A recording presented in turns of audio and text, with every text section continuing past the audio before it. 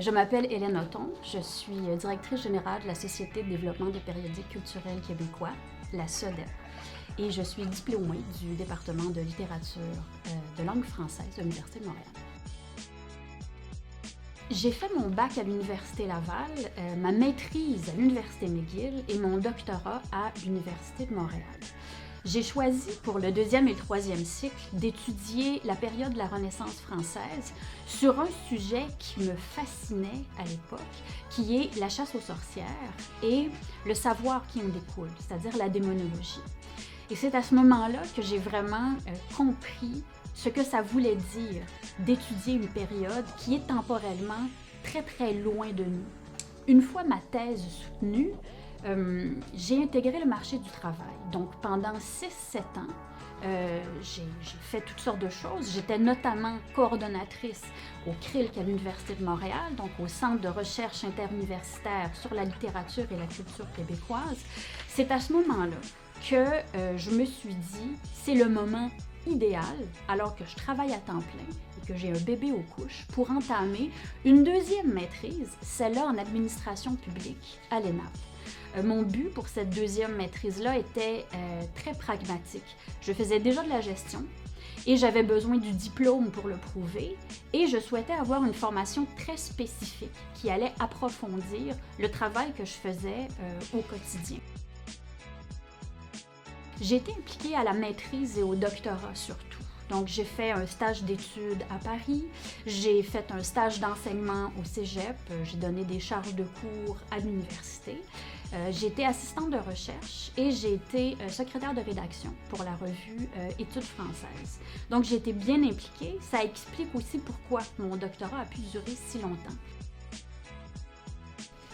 Mon cheminement est tributaire du fait que j'ai su assez tôt dans mon parcours aux études supérieures que je n'avais pas envie d'être professeure à l'université ni au cégep. J'avais donné des charges de cours aux 2 cycles, mais ça ne m'intéressait pas assez pour que j'en fasse une carrière. À la fin de ma thèse aussi, j'avais un peu envie de me lancer ailleurs. J'avais bouclé la boucle de ce projet-là. Alors j'ai appliqué un peu partout, en me disant que j'avais les capacités, d'après moi, pour faire beaucoup de choses.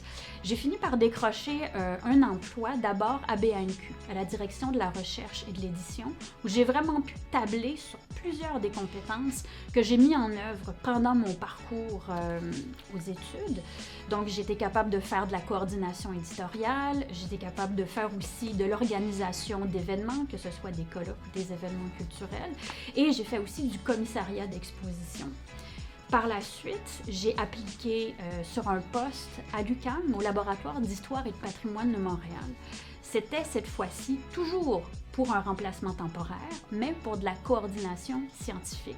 J'ai vraiment pu approfondir, encore une fois, toutes ces compétences-là que j'avais acquises dans mon parcours, en me familiarisant cette fois-ci beaucoup plus avec l'administration de la recherche, notamment les exigences pour les demandes de subventions, pour la manière dont les projets sont faits.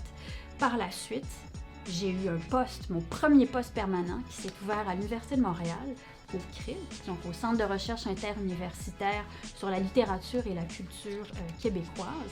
Et c'est après 5 années en poste au CRIL, alors que j'étais un peu tombée en amour avec la gestion et l'administration, que j'ai vu passer le poste à la SODEP, à la Société de développement des périodiques culturels québécois. Quand j'ai lu la description de poste, tout de suite ça a fait, c'est ça que je veux faire, c'est là où je veux m'en aller.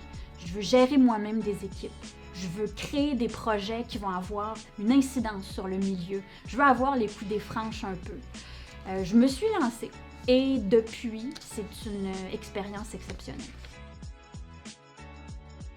La SODEP, c'est une association qui a été formée par les éditeurs de revues culturelles pour les éditeurs de revues en 1978. Elle a 3 mandats principaux. D'abord, faire connaître l'importance des revues dans l'écosystème culturel et artistique du Québec. Ensuite, rendre les revues accessibles à tous, partout sur le territoire et finalement offrir aux éditeurs une gamme de services qui est nécessaire pour leur développement professionnel. En tant que directrice générale, c'est moi qui assure la gestion opérationnelle de la SODEP, de l'organisme. Donc, j'assure la gestion financière, j'assure aussi la supervision du travail de mes équipes, donc je fais les embauches, je les forme, je réalise de nombreux projets donc, qui sont nécessaires ou utiles pour le développement de mon secteur et je représente aussi le secteur des revues culturelles auprès des instances politiques et auprès des différents organismes comme le Conseil des arts, les écoles, les bibliothèques, ce genre d'endroits.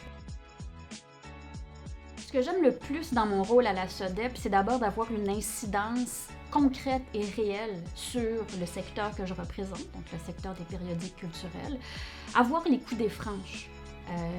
Les organismes, les OBNL en culture sont petites, donc ils sont beaucoup plus agiles. Dans mon rôle, j'ai les coups des franches pour faire sans doute des projets que d'autres dans de très grosses institutions ne peuvent pas faire.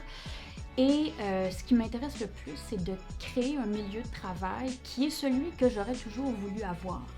Un milieu qui est bienveillant, un milieu qui est autonome, qui est flexible et qui permet que chacun puisse développer ses forces et faire rayonner ses talents. On développe dans le parcours des études littéraires 3 grandes compétences, qui sont des compétences précieuses et extrêmement prisées. D'abord, la capacité de rédaction, l'esprit de synthèse et les compétences en recherche. Ces 3 compétences-là sont vraiment transférables dans de très nombreux domaines et peuvent s'appliquer à de nombreux types de tâches, de nombreux sujets.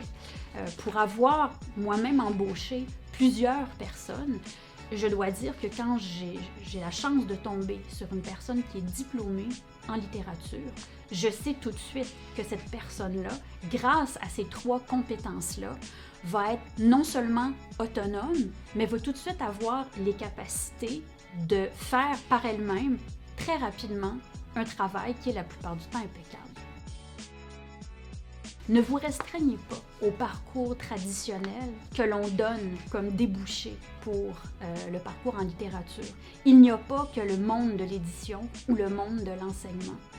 Au contraire, il y a autour de nous de très nombreuses personnes qui ont des postes intéressants, variés, importants dans la société et qui ont un parcours en études littéraires. C'est tout simplement qu'on ne le sait pas. Alors je vous dirais, ouvrez vos horizons et mettez en valeur la force de votre formation.